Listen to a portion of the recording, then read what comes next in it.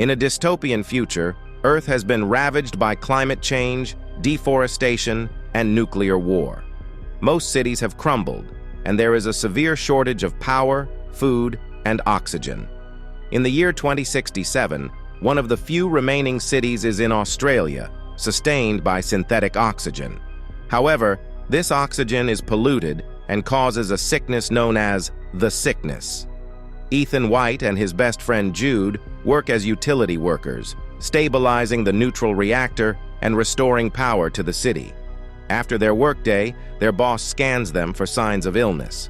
Ethan takes an extra shift to earn more oxygen credits, but his boss still fires the original worker.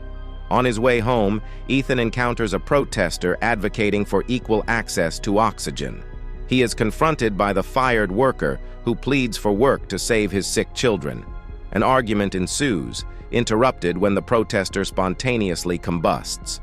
Later, Ethan learns that the protester set himself on fire to commemorate the death of the last living plant. The news also reports an increasing number of deaths from the sickness and the promises of Chronicorp, the oxygen producer, to find a solution. The reporter mentions Ethan's deceased father, Richard, who was a lead scientist at Chronicorp. Disturbed, Ethan turns off the TV.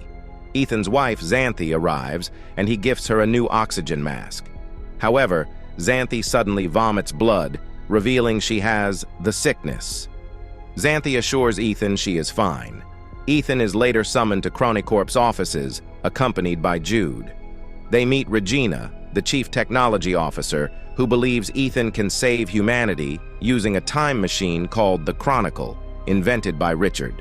The team has received a message from the future requesting Ethan's presence. Ethan must find the senders of the message to return home. Ethan contemplates Regina's request at a bar with Jude. He is torn between staying with Xanthi and potentially saving her by going to the future. Jude reminds Ethan of his father's disappearance and encourages him to save Xanthi. Ethan recalls his 8th birthday when his father gave him a strange box containing a bracelet that attached to his wrist. Ethan's mother died shortly after Richard's disappearance, and Ethan refuses to abandon Xanthi like his father did. However, Jude argues that saving Xanthi is the way to avoid becoming like Richard. Ethan reflects on his past and decides to tell Xanthi about Chronicorp's plan.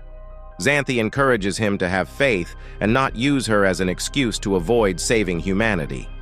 Ethan goes to the roof and tries to remove the bracelet, recalling his mother's death. He screams as he makes his decision. The next morning, Ethan leaves a metal flower for Xanthi, promising to return. Unbeknownst to him, Xanthi is awake and crying. Ethan meets Regina at Chronicorp's office and strikes a deal. Xanthi receives the first dose of the cure before he goes to the future. They go to the lab, where scientists explain how to use the Chronicle and a pocket computer called Archie. Jude promises to watch over Xanthi. Ethan steps into the machine, and a blast of energy propels him into the future. He lands in a rainforest, faints, and wakes up to find his suit burning.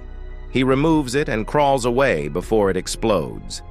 Ethan adjusts to the clean oxygen and vegetation. Using Archie, he locates a nearby facility. At the entrance, he discovers a skeleton wearing his suit and a rusted Archie.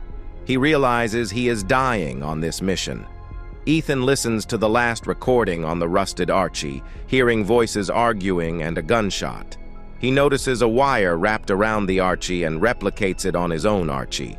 Following a beacon signal, Ethan finds 2 oxygen dispensers but no people.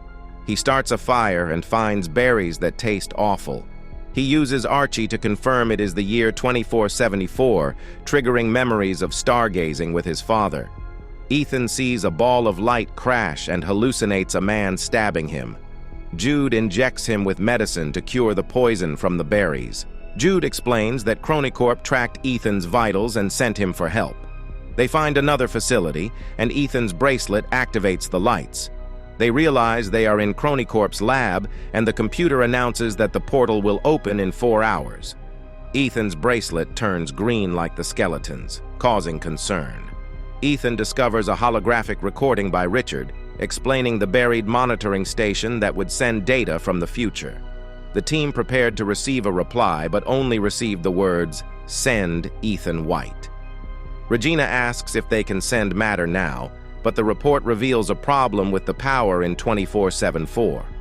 The lab system suddenly shuts down, and Ethan is alerted to an issue with the nuclear core power.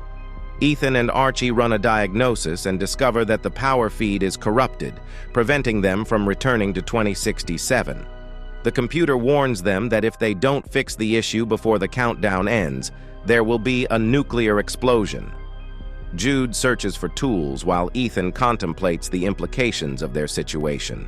He realizes that Chronicorp knew about the power failure and wonders why they didn't inform them. Jude insists they focus on the repairs, but Ethan wants to analyze their situation first. This causes tension between them, but they eventually agree to go to the access tunnel for repairs and search for the sender of the message afterward. As they cross the forest and head to the city, they discover it in ruins and overgrown with vegetation. They find numerous skeletons, indicating that nobody survived the year Ethan came from. They find Xanthi's school and the skeletons of the students, including Xanthi herself. Ethan is overwhelmed with grief and remembers the night Richard called them to meet somewhere. However, they were followed by a stranger who killed Ethan's mother and stole his oxygen mask. Jude found Ethan and saved him. This memory triggers a panic attack in Ethan, but Jude helps him calm down. Ethan realizes that they may not be able to change anything, but Jude suggests that it's better because no one is suffering anymore. Ethan plays a recording that confirms Jude's words, but it also reveals that Jude shoots him. Jude takes out his gun, and Ethan questions why he has it since there is no one to fight. They argue until Archie reminds them that there are only 2 hours left before the nuclear explosion. They discover that the nuclear core is fried and attempt to reroute the power, but their efforts fail. The computer tries to shut down the door for safety, but Jude manages to block it. When Ethan hears that the chamber needs depressurization, he removes the block, leaving Jude outside to save him. Ethan activates the oxygen purge, restoring the power but causing him to faint. Jude breaks the glass to let oxygen back inside and keep Ethan alive. They return to the lab and learn that they only have 37 minutes before the portal launch. Ethan opens a door and finds his own skeleton, accepting that he can't change fate. He accuses Jude of planning to shoot him and plays a recording that shows Jude threatening him.